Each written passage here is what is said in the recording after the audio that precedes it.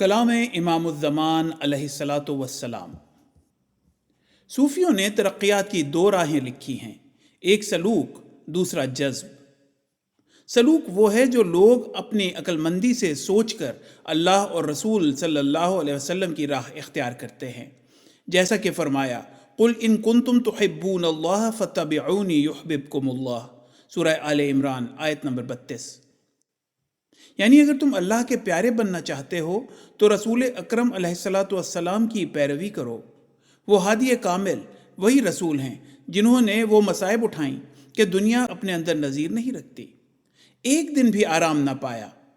اب پیروی کرنے والے بھی حقیقی طور سے وہی ہوں گے جو اپنے مطبوع کے ہر قول و فعل کی پیروی پوری جد و جہد سے کریں۔ متبع وہی ہے جو سب طرح پیروی کرے گا۔ سہلنگار اور سخت گزار کو اللہ تعالیٰ پسند نہیں کرتا، بلکہ وہ تو اللہ تعالیٰ کے غضب میں آوے گا۔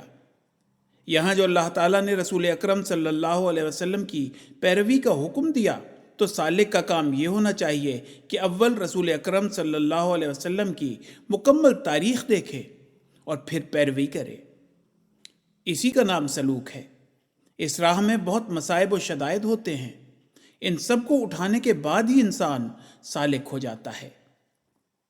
حوالہ ملفوظات: لاکھوں انبیاء مگر بخدا، سب سے بڑھ کر مقام احمد ہے۔ باغ احمد سے ہم نے پھل کھایا، میرا بستاں کلام احمد ہے۔